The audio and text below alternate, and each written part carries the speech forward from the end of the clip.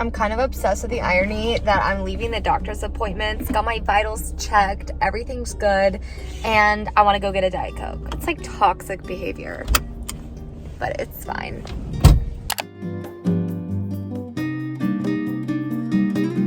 Hi, could I please just do a large Diet Coke? A large Diet Coke, sure. This is fucking massive. Nick is FaceTiming me. Gotta go. Every time I walk in my apartment, I have a mini panic attack because I destroyed my living room because I've been like filming. Nick is still out of town, and when he's gone, I like to take full advantage and like shoot a bunch of content because he's a sales guy. And if any of you guys have partners that are in sales, all they do all day is talk. So it's a lot of coordination and scheduling in order to figure out when I'm gonna film. So I'm taking full advantage of the quiet, and yeah, I keep forgetting that I destroyed my place, so it gives me a little bit of anxiety. I know it's like clean, like I swept and mopped. It's just got a lot of clutter. It's gonna be like that for a few days. But anyway, I'm gonna make lunch. I don't know what I want. I think I'm gonna do a little tofu bowl. That's like a lot of work right now. And I have to scrub my entire body of my old spray tan and shave my legs and moisturize. No moisturizing. Just scrub body, shave legs, because I'm going to get a new spray tan today. What do I want? I'm just gonna have a pickle right now. I got these from Trader Joe's. They're these spicy kosher dill pickles. They're actually really hot, like really hot. I need to figure this out. I need a moment. I really didn't want to do anything too elaborate because I spontaneously booked this tan and I'm not physically prepared for it. So apples with almond butter and cinnamon it is. This is not attractive to eat on camera by any means. Also, doctors did go well. Had to do a blood sample and a stool test, which is really embarrassing, but it was necessary because I'm trying to figure out what's going on with my stomach stuff. For those of you who have been keeping up with these chronicles, I'm pretty sure, my therapist is pretty sure, and my doctor is pretty sure that I just have stress-induced IBS. Just girly things. So I love that for me. I do feel my stress and anxiety very physically, so I wouldn't be surprised if it could manifest in the form of IBS. So people manifest for their dreams. I manifest IBS. Actually, I don't. Please, universe, I don't actually. But this is your little reminder to go make an appointment with your doctor.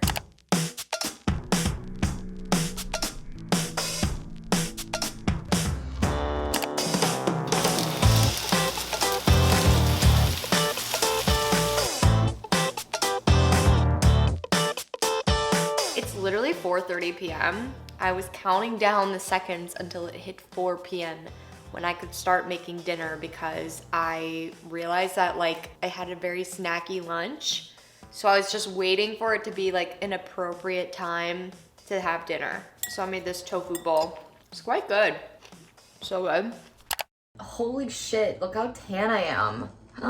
Sometimes it's easier to just whip out my phone and vlog. I'm making protein pancakes. Good morning. I have a recipe on this in one of my last vlogs, so I will link it down below. Let's see if I can flip this. Hey! Ooh, ooh, ooh, ooh, ooh. And I'm having sliced up strawberries with it.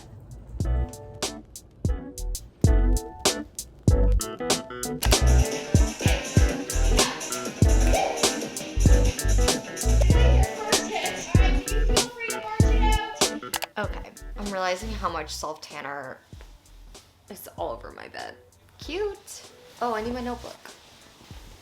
Okay, part of why I even wanted to like vlog these past few days is because I had a really good therapy session this week and we covered a lot of things that I feel like you guys would maybe find interesting just based on conversations we've had in the past. So we talked a lot about self-love and confidence and kind of how nuanced those definitions can be, and they're very like specific and individual to you and whatever journey you're in life, which is part of why I feel like these conversations are like very important to have frequently, because as we evolve, these definitions change and the things that we like to do to feel loved or confident change. That's why I say it's nuanced, because it is. It's so ever evolving. I really wanted to talk about like my current definitions of self-love and confidence, because those are things that I like feel very passionate about, because I felt so bad for so much of my life just because of depression, anxiety, and like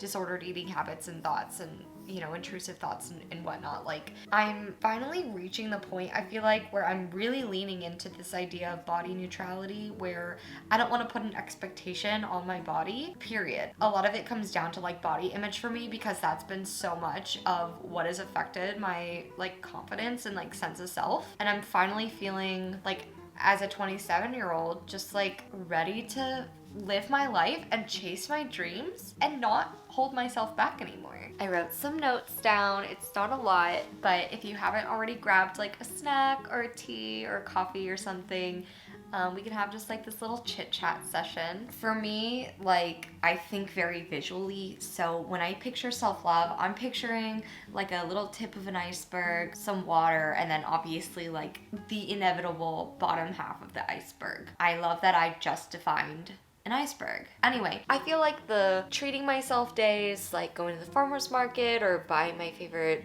I don't know, candles and wine, that kind of stuff, I think is self-care in a way that's like almost like a band-aid. It's like this quick thing that's just like, oh, it's like a quick boost of serotonin. It's like the tip of the iceberg. But then there's all the shit at the bottom that you don't expect. And I'm realizing just how much work needs to go into it in order for you to like get to that root of the problem. And it doesn't even have to have like a negative connotation when I say problem. Like, it could just be like interaction or conflict or any kind of like goal that you have. Like, it doesn't have to be a negative thing. I'm realizing more and more how much work goes into self-love and self-care specifically, because I think it's important to take care of yourself just as much as like loving yourself too. It's kind of one and the same at this point. Basically, I'm realizing that though I do love doing those little quick fix things, it's not as sustainable for me as much as it is to have these very difficult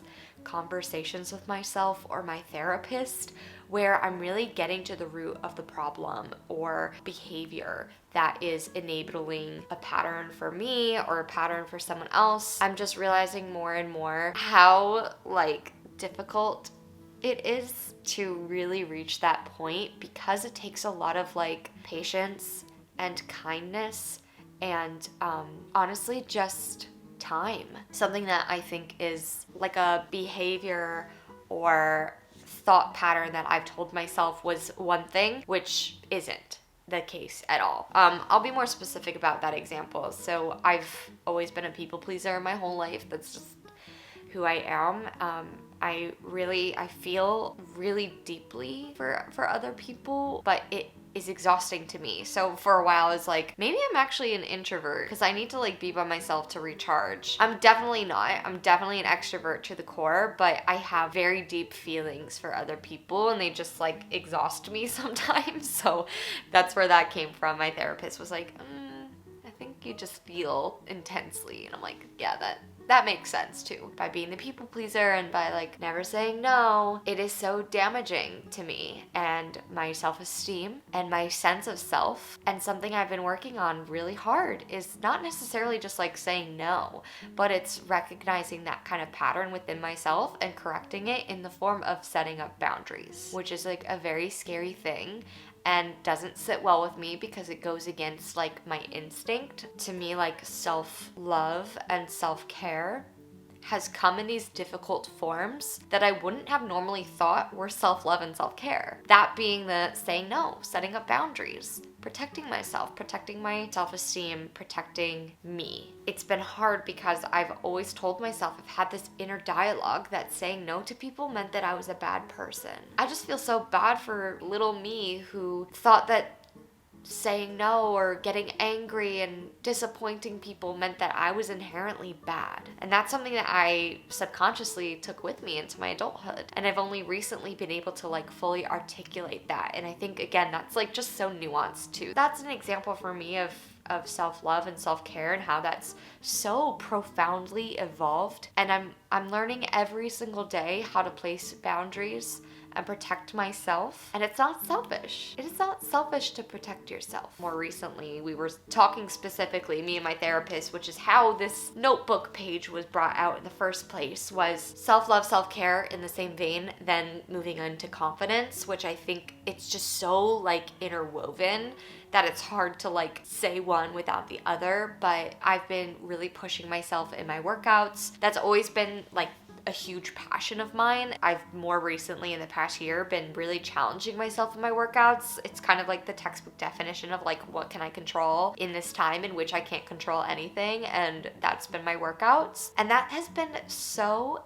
incredible to my self-esteem, my sense of self, and my confidence, because I've been making the conscious effort to put myself in these really uncomfortable workouts, like the workouts where I'm like contorting my body, or I'm having these like moments in my workouts where I'm like clapping to myself and I'm saying, come on Emma, you can fucking do it. To me, like doing that and like pushing myself in the form of a workout is very natural, but there's obviously other things that you could do to challenge yourself and push yourself. That's just the one that I've been doing. And I'm finding that it's just inherently building my confidence and sense of self. And I'm having this dialogue in my head every single day that I am capable of doing hard things, which is just so magical. And it's just such a visceral feeling too. Like the runner's high, those endorphins, that's real shit. That is like you just breathe differently. Like you just look at the trees and the sky and the flowers differently. Like you just feel the warm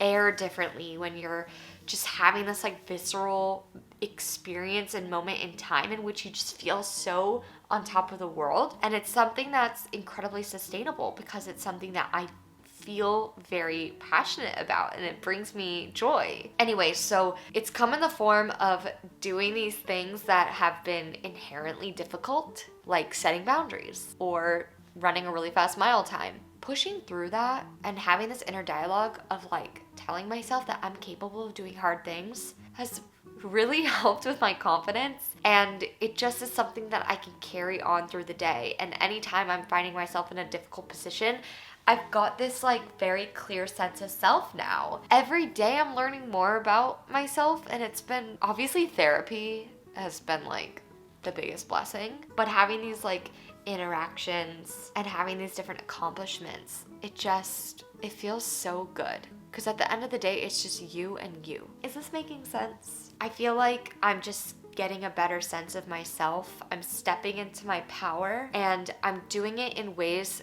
that are really fucking difficult. But the payoff and the benefit of doing that hard work is just so... it's magic.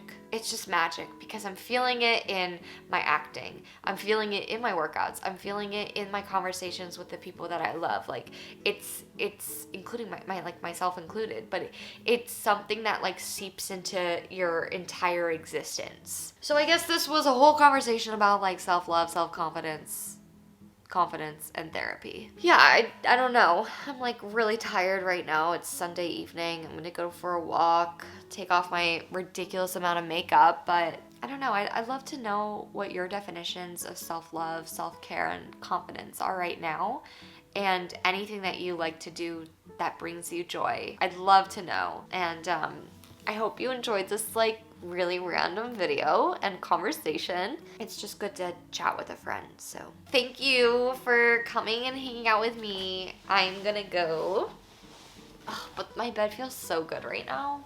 I'll figure it out. But thank you for watching and hanging out with me, and I will see you in the next video. Maybe we'll get this deep again. I don't know. What do you think? Bye.